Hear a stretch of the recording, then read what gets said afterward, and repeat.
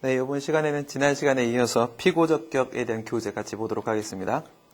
예, 로마자 1번 보시고요. 의 보시게 되면은 소송을 수행하고 본안의 판결을 받을 수 있는 자격, 우리 이것을 당사자 적격이라고 합니다. 이 당사자 적격이 왼쪽에 보시게 되면 피고로서 소송을 수행을 하게 되면 피고적격, 원고로서 소송을 수행하게 되면 원고적격 이렇게 부르게 되겠죠. 지금은 피고적격에 대해서 논의하고 있습니다. 로마자 2번 보시고 항고소송상 피고 이렇게 되어 있는데 먼저 행정청 보도록 합니다. 우리 행정소송법 13조 1항 본문입니다. 뒷페이지 보시게 되면은 맨 뒤쪽에 보시면은 13조 1항 단서, 그 다음에 13조 2항, 그리고 14조 1항에 대한 논의로서 권한이 승계된 경우, 그 행정청이 없어진 경우, 그리고 피고 경전에 대한 규정을 살펴보고 있는데요. 지금 앞에서 우리가 주로 논의하는 것은 바로 13조 1항 본문입니다. 13조 1항 본문에 따르게 되면 처분 등을 행한 행정청이라고 되어 있는데요.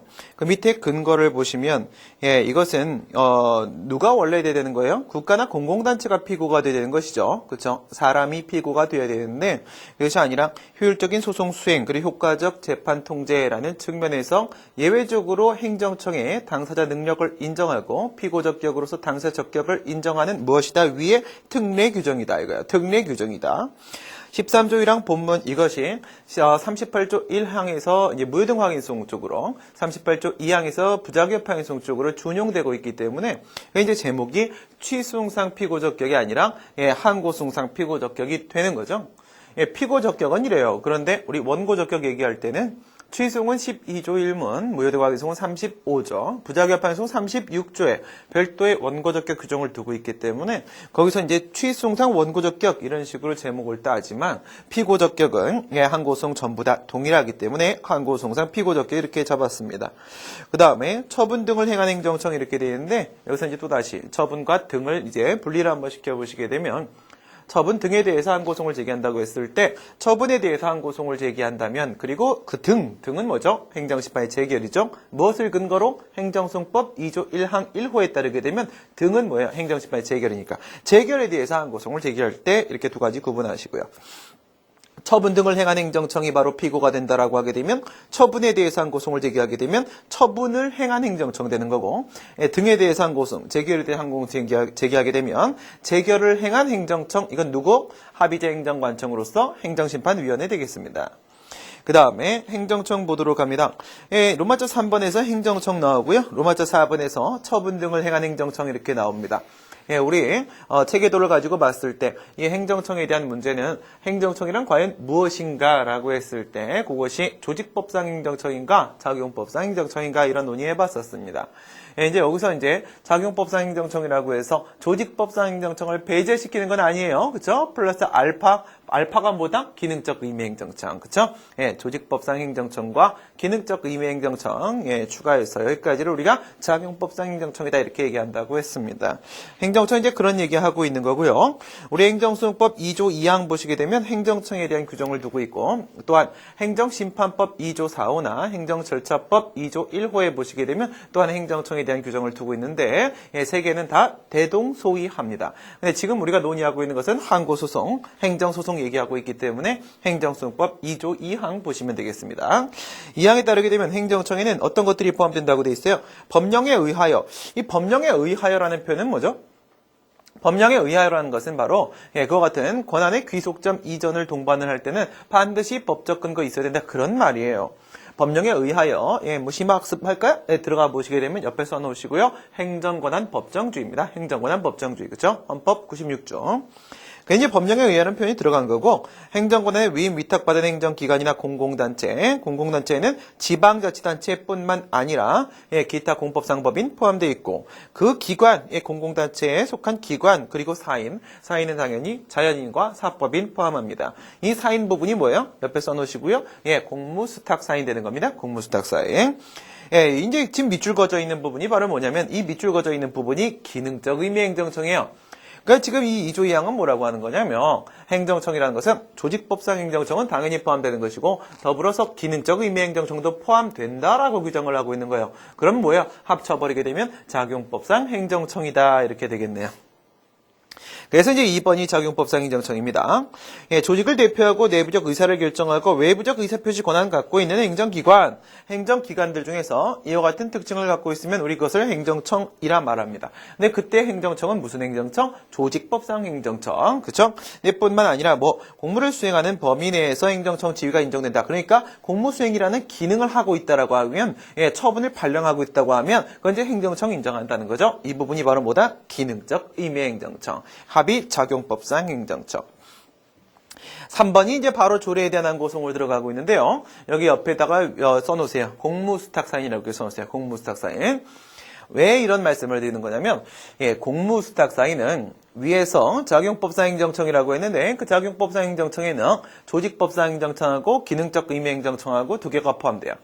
이때 그 두 개 중에서 공무수탁사인은 기능적 의미의 행정청과 관련된 논이고요. 그 다음에 조례에 대한 항고송을 제기하는 것은 이건 조직법상 행정청이 누구냐 이거예요.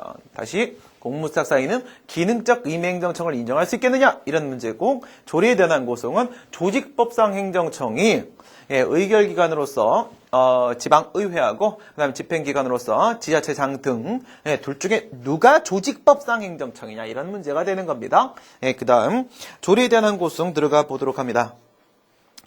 처분적 조례에 대해서 항고송을 제기한다. 이 조례에 대한 항고송은 무엇으로 한정시켜 논의해야 된다고 했어요? 처분적 조례라고 했습니다. 그렇죠? 예, 일반적인 전형적 조례는 안 돼요.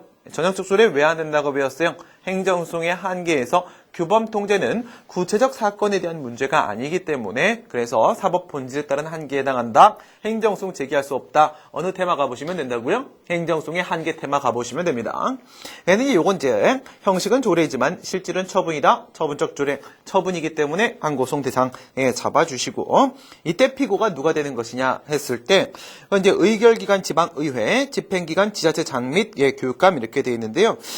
밑에 보시게 되면 검토 동그라미 1번에서 의결기관과 집행기관이 행정기관이라는 것은 당연히 우리가 알 수 있는데, 의결기관도 뭐라고요? 행정기관이다 이거죠. 행정기관이다. 이건 뭐가 아니에요? 국회와 같은 입법기관은 아니라는 거예요.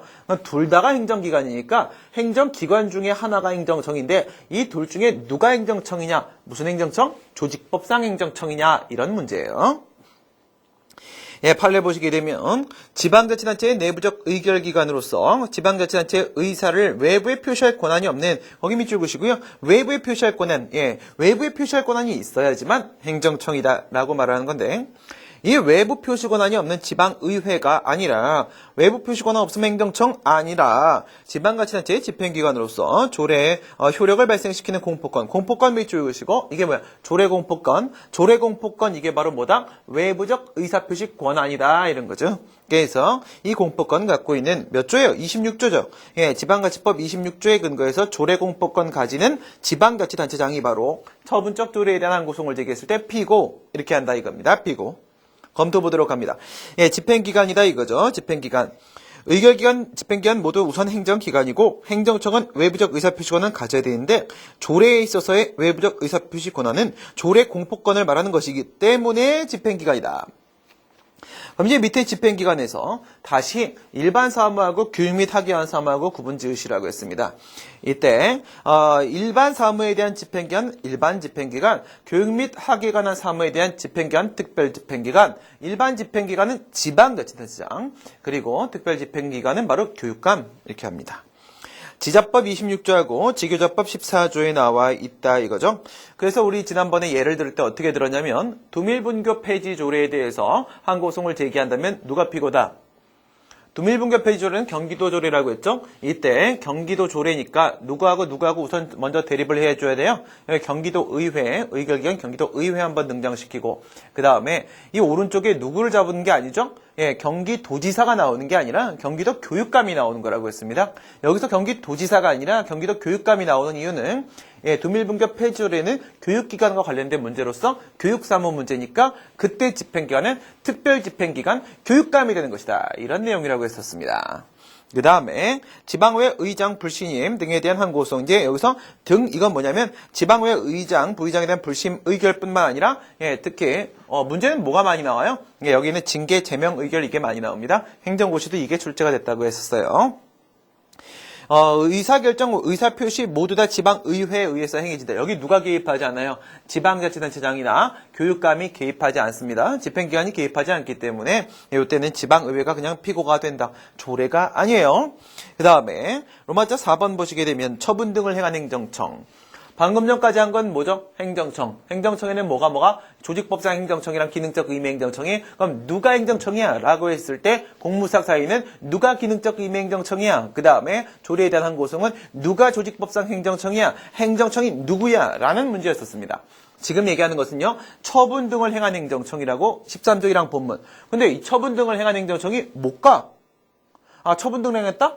외부적 관계에서 뭐 했다? 자신의 명의로 처분 등을 행한 행정청이 바로 처분 등을 행한 행정청이다. 이렇게 되는 거예요. 어떻게 한다? 자신의 명의로 처분을 행한 행정청이 바로 처분을 행한 행정청이 되는 겁니다. 그것만 기억해 주시면 돼요. 네, 그래서 문제점 보시게 되면 이때는 특히나 정당한 권한이 없는 자가 처분을 했을 때 근데 그 처분이 위법할 때 그 처분에 대해서 항고송을 제기할 때 누가 피고가 되느냐 이런 문제가 생기는데 계속 이 두 명 가지고 우리 비교했던 거 기억나시나요? 첫 번째 정당한 권한이 있는 자하고 외부적 처분 명의자하고 이렇게 둘 중에 누가 피고가 되느냐 이런 논의들을 했었습니다. 외부적 관계에서의 처분 명의자가 바로 피고다.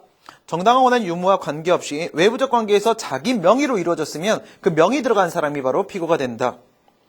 요 이제 동그라미 1번 옆에다 별표 하나 쳐놓으시고 13조 1항 본문에서 말하는 처분 등을 행한 행정청이라는 것은 자신의 이름으로 처분 등을 행했다. 앞에 이제 괄호가 딱 쳐져 있었던 거죠. 자신의 이름으로 처분 등을 행한 행정청 그게 들어가 있었던 걸로 해석해야 된다 이겁니다.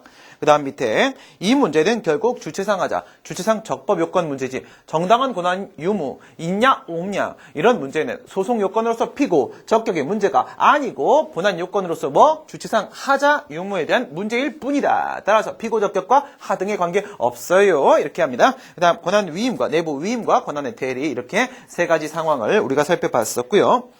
권한 위임의 경우에 있어서는 내부 위임이나 권한의 대리와는 다르다고 했었습니다. 어떤 차이가 있어요? 내부 위임의 경우에 있어서는요. 그냥 내부적으로 사무처리 편의도모 목적으로 그 사무를 대신 행하는 것밖에 없어요. 권한의 대리도 역시 마찬가지로 그 사무를 권한을 그냥 대행하는 것밖에 없는 겁니다. 뒤에 있는 내부 위임, 권한의 대리는요. 뭐가 이전되잖아요.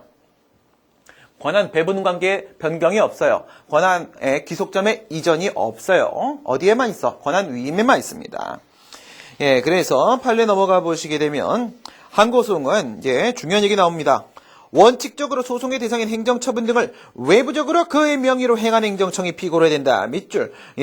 외부적으로 그의 명의로 행한 행정청. 얘가 바로 처분 등을 행한 행정청. 얘가 바로 피고가 되는 것이다. 처분 등을 할 권한이 없는 행정청이 권한 없이 그의 명의로 한 처분에 대해서도 처분 명의자, 얘가 바로 뭐예요? 자신의 명의로 처분을 하는 행정청이니까 그 처분 명의자가 피고가 된다. 왜 이렇게 인정한다고요? 국민의 신뢰 보호 차원에서 그렇다고 했어요. 처분 통지서에 갑의 이름이 써 있는데 국민의 입장에서 갑이 행정청인 줄 알지, 그쵸? 야, 어디서 권한이 이렇게 넘어와가지고 저기 위임청을 제가 행정청이었겠구나 이런 거는 알 수가 없어요, 그쵸? 그래서 국민의 신뢰보호 차원에서 외부적 명의자가 바로 피고가 된다. 검토 보시게 되면 정당한 피고는 수임청이 될 것이다. 왜 그래요? 위임청이 수임청한테 권한을 위임했어요. 적법하게 권한이 위임되면 원래 위임청이 갖고 있던 이 권한이 어떻게 돼요? 상실되고 누구한테 넘어가요? 수임청한테 넘어온단 말입니다. 그럼 권한 누가 갖고 있어? 수임청 갖고 있어. 누가 처분했을 때 문제돼? 위임청이 처분했을 때 문제돼. 그러면 권한 갖고 있는 건 수임청이니까 정당한 피고는 수임청이다. 하지만 얘 명의로 처분이 이루어졌기 때문에 얘가 피고 적격을 갖는다. 이렇게 하는 것이었습니다. 여러분들 정당한 피고라는 표현이 나왔네요. 그죠? 우리 도의식 행정법 체계도 볼 때 이런 표현 안 나왔었는데 정당한 피고하고 그 다음에 피고 적격 인정되는 피고하고 서로 이렇게 불일치하는 상황 보면서 여러분 뭐 느꼈어요? 저만 이런 거 느꼈나요? 저는 이런 걸 보면 이게 느껴져요. 우리 국가배상 공부할 때 있잖아요. 그죠? 국가배상법 6조 1항에 보시면 이런 말이 나오죠. 사무기속주체하고 비용부담자가 불일치하게 되면 비용부담자도 국가배상 청구송의 피고가 될 수 있다. 그 안에 포함되게 된다. 추가된다. 이런 말 나오지 않습니까? 원래는 무엇과 무엇이 일치돼 있었어야 돼요. 누구하고 누구야? 사무기속주체하고 비용부담자가 원래는 하나여야 되는데 하나를 내는데 어떤 일이 있을 때 중간에 권한 위임이 있으면 이 사무 기속 주체하고 비용 부담자가 불일치하게 된다라고 했어요. 예, 지금도 마찬가지입니다. 원래는 정당한 피고하고 피고 적격은 당연히 일치되어 있었어야 됩니다. 누가 있을 때 권한을 갖고 있는 수임청이 정상적으로 처분을 한다라고 하게 되면은, 그쵸? 이때는 정당한 피고도 수임청이고, 그냥 피고 적격도 수임청이고, 이렇게 되는 건데, 이때 정당한 권한이 없는 자가 처분을 하는 상황. 국가배상에서는 뭐가? 권한 위임이 있었기 때문에, 여기서는요, 정당한 권한이 없는 자가 처분을 했기 때문에, 결국 뭐가 분리돼? 사무 기속주체와 비용 부담자가 분리돼 버려. 여기서는 정당한 피고하고 피고 적격이 분리돼 버려. 그렇죠. 이런 상황이었습니다. 그 다음에 내부 위임 보도록 할게요. 내부 위임, 그 밑에 검토 오른쪽에 보시게 되면 내부적으로 사무처리 편의도모 목적으로 그냥 그 처리를 대신하는 것뿐이에요. 대신하는 것뿐이에요. 뭐가 이전되지 않아요? 권한의 기속점 이전은 없다. 그러면 위임청, 수임청. 여기서 권한 누가 갖고 있었어요? 원래? 위임청. 지금은 누가 갖고 있어요? 그냥 위임청이 갖고 있어요. 위임청이 정당한 권한을 갖고 있는데 권한이 없는 수임청이 처분을 발령했을 때 문제가 될 수 있겠습니다. 그렇죠? 그래서 판례를 보도록 합니다. 서울특별시장 옆에 써놓으세요. 위임청. 그 권한에 속하는 무허가 재분업자의 신고를 수리할 권한을 관할구청장 옆에 써놓으세요. 수임청. 내부 위임 밑줄 그시고 권한 이전 X예요. 그럼 권한 누가 갖고 있어요? 서울특별시장 갖고 있어요. 구청장이 자신의 명의로 권한도 없는 놈이 왜 이래? 불수리 처분을 한 것은 위법이지만 위법 화살표 땡기세요. 왜 위법? 주체상 하자.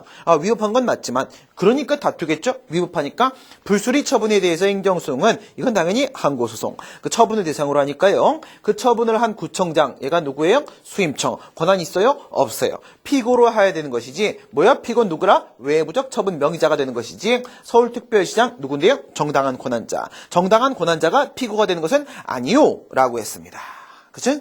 그 다음에 검토 보도록 합니다. 역시 마찬가지로 정당한 피고는 누가 되는 거예요? 여기선 위임청. 그쵸? 아까는 누구? 수임청이 정당한 피고, 지금은 누구? 위임청이 정당한 피고, 얘들은 누군데? 권한을 가지고 있는 자였었습니다. 그쵸? 그 다음에 지금은 이제 외부적 처분 명의자, 권한 없는 누구? 수임청. 수임청이 바로 피고. 권한의 대리 보도록 합니다. 권한의 대리, 이번에는 지난 시간에 말씀드린 대로 예외적 판례도 좀 같이 함께 비교해 보도록 할게요.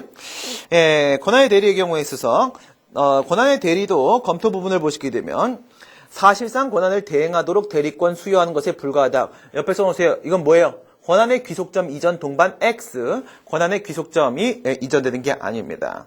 그러니까 권한 누가 갖고 있는 거야?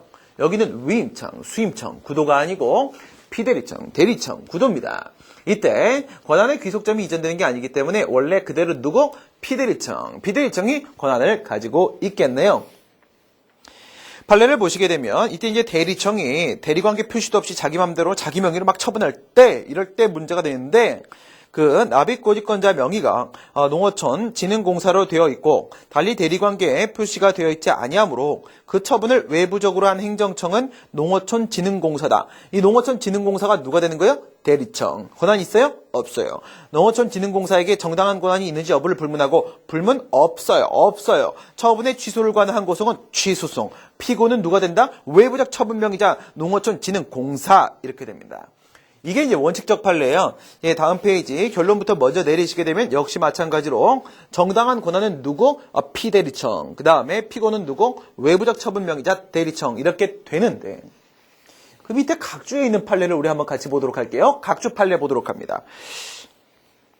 대리권을 수여받은 데 불과하여 대리청이 얘기하는 거죠.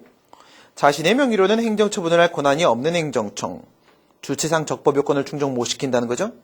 대리관계를 밝힘이 없이 원래는 밝혀야 되는데 자신의 명의로 행정처분을 하였다면 권한도 없는 대리청이 자기 명의로 처분을 했죠. 그에 대하여 처분 명의자인 당해 행정청이 얘가 바로 대리청이죠. 항고송의 피고가 되어야 되는 것이 원칙이지만 왜? 무슨 말이에요? 대리청이 피고가 되어야 된다라고 우리 방금 전에 봤는데 그래요. 대리청이 피고가 되는 게 맞지만 뭐예요? 역접 들어갑니다. 반대 한번 예외 인정시킵니다. 비록 대리관계를 명시적으로 밝히지는 아니했다 하더라도 처분 명의자가 피대리 행정청 산하의 행정기관으로서 실제로 밑에부터 볼게요. 밑에 보시면 근로복지공단의 이사장 이렇게 돼 있는데요. 그 다음 오른쪽에 보시게 되면 지역본부장 이렇게 돼 있는데요. 지역본부장이 대리청인 겁니다, 지금. 지역본부장이 대리청이고, 근로복지공단 이사장이라고 했지만, 원래는 피고가 누구예요? 근로복지공단은 뭐예요? 이건 영조물법인이에요. 영조물법인. 그건 뭐죠? 기타 행정주체에서 기타 공법상 법인이에요. 기억나시죠? 기타 행정주체로서 기타 공법상 법인이나 공무수탁사인의 경우에 있어서는 별도의 행정기관을 보유하지 못하기 때문에 본인이 행정기관이고 본인이 행정청이 된다고 했습니다. 이사장이라는 표현이 나오긴 하지만 근로복지공단이 원래는 누가요? 정당한 피고가 되어야 됩니다. 누구? 근로복지공단이 되는 거예요. 그러니까 지금 여기서는 피대리청이 누가 되는 거예요? 근로복지공단이 피대리청이에요. 근로복지공단이 피대리청이고 여기서 지역본부장이 대리청 되는 겁니다. 이 상황이에요. 이 상황에서 다시 위로 올라가 볼게요. 처분 명의자가 피대리 행정청 산하의 행정기관으로서 그러니까 지역본부장은 근로복지공단 소속이다 이거죠. 실제로 피대리 행정청으로부터 대리 권한을 수여받아서 피대리 행정청을 대리한다는 의사로 행정처분을 했고 그러니까 지역본부장이 대리관계 표시는 안 했지만 그 사람의 마음속에는 내가 근로복지공단을 대신하고 있는 거야. 이런 의미로, 이런 의사로 행정처분을 한 게 맞고, 처분 명의자는 물론, 얘가 그런 생각을 갖고 있었던 것은 물론, 처분의 상대방도 행정처분이, 피대리 행정청을 대리하여, 즉, 근로복지공단을 대신하여, 행한 것임을 알고, 이거 근로복지공단이 하고 있는 거구나. 이렇게 지역본부장이 실제로는 했지만, 근로복지공단이 하고 있는 거구나. 라는 걸 알고 있었다면 이거예요. 대리해서 하고 있는 것을 알고서 이를 받아들인 예외적인 경우에는, 그러니까, 대리관계를 표시하지 않아도, 뭐라 말하지 않아도, 내가 얘를 대리하고 있다라고 말하지 않아도 다 알아. 누구나 다 알아. 알고 있는 거라고 한다면, 피대리 행정청이 피고가 돼야 된다. 원래는 원칙이 뭔데요? 외부적 처분 명의자 대리청이 피고가 되는 게 맞는데 요렇게 모두 다 알아. 그런 거면 요럴 땐 예외적으로 정당한 피고가 또 피고 적격도 갖는다. 이렇게 봐줘야 된다라는 판례예요. 근로복지공단의 이사장으로부터 보험료 부과 등의 대리권을 수여받은 지역본부장, 즉 얘가 피대리청, 얘가 대리청. 대리청이 대리의 취지를 명시적으로 표시하지 않고서 대리관계를 명시하지 않고 산재보험료 부과 처분을 한 경우에 처분을 했을 때 몇 년? 10년 동안 이와 같은 그냥 지역본부장이 나는 근로복지공단을 대신해서 이런 걸 하고 있는 거야 라는 식으로 지금까지 해왔던 관행이 인정되고 실무상 근로복지공단을 상대로 산재보험료 부과 처분에 대한 행정소송을 제기해 온 점 지금까지 줄곧 어떻게 해왔다? 얘가 대리관계를 표시 안 해도 그냥 피대리청한테 행정소송을 제기해 왔던 거예요, 지금까지. 이런 상황에 비추어 봤을 때, 지역본부장은 물론 그 상대방도 알고 있으니까 근로복지공단과 지역본부장의 관계는 말하지 않아도 알아요. 그쵸? 말하지 않아도 알고 있었다고 받아들여진다는 점에서 누가 된다? 위 보험료 부과 처분에 대한 항고성의 피고 적격은 예외적으로 누가? 피대리청인 근로복지공단이라고 했죠? 이사장이 아니에요. 공단은 자기가 행정청이에요. 얘가 피고가 된다라고 했어요. 예외적인 판례입니다. 비교해 놓으세요. 어디만 있어? 권한위임, 내부위임, 권한의 대리, 권한의 대리에만 이런 예외적 판례가 있어요. 알겠죠? 그 다음에 로마자 5, 6, 7, 8 이 부분에서 6, 7, 8 이것은 그냥 13조 1항 단서, 13조 2항, 14조 1항을 그냥 읽어놓은 것밖에 없는 거고요. 합의제 행정관청 이건 좀 조심을 하셔야 됩니다. 2011년도 행정고시에서는 이 같은 문제가 출제가 됐어요.